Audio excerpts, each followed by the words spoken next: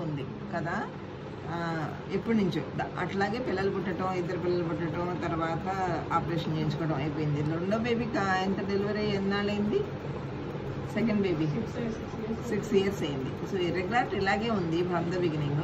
అది ఇప్పుడు మాత్రం గత 3 నెలల నుంచి తక్కువ బ్లీడింగ్ అయింది, నెల వచ్చి అంటే జస్ట్ స్పాట్ లాగా కనిపించింది. ఇప్పుడేమో బ్లీడింగ్ ఎక్కువ అవుతుంది 19th మార్చ్ వచ్చి.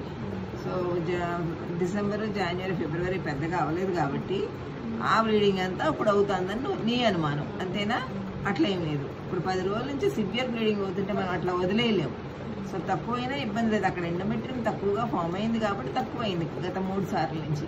అదంతా ఇప్పుడు పోవాలి అంటే నీ ఒంట్లో ఉన్న బ్లడ్ అంతా పోయే వరకు మనం వదిలేసేసామనుకో, నువ్వు పడిపోవటం, నీకు నీరసం అయిపోవటం, హిమోగ్లోబిన్ తగ్గిపోవటం, అలాంటి ప్రాబ్లమ్స్ వస్తాయి.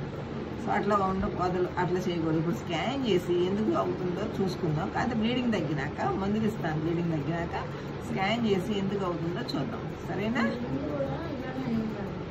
బాగా పుట్టిన ఒక 7 నెలల తర్వాత ఇలానే హెవీగా బ్లీడింగ్ అయితే ముక్కల్లాగా వచ్చారు. ఇలానే అయితే నీరు దగ్గరికి వస్తే మందులు ఇచ్చారు. తర్వాత స్కాన్ చేస్తే నీరు కూడా మంది. ఓకే, పీసీఓడి ఉందని వచ్చింది. ఇప్పుడు కూడా పీసీఓడినే ఉండుండొచ్చు, లేదా ఇంకేమైనా అదర్ ప్రాబ్లమ్స్ ఉన్నాయా అనేది చూడాలి, సరేనా? 5-6 years అయింది కాబట్టి. ఓకే.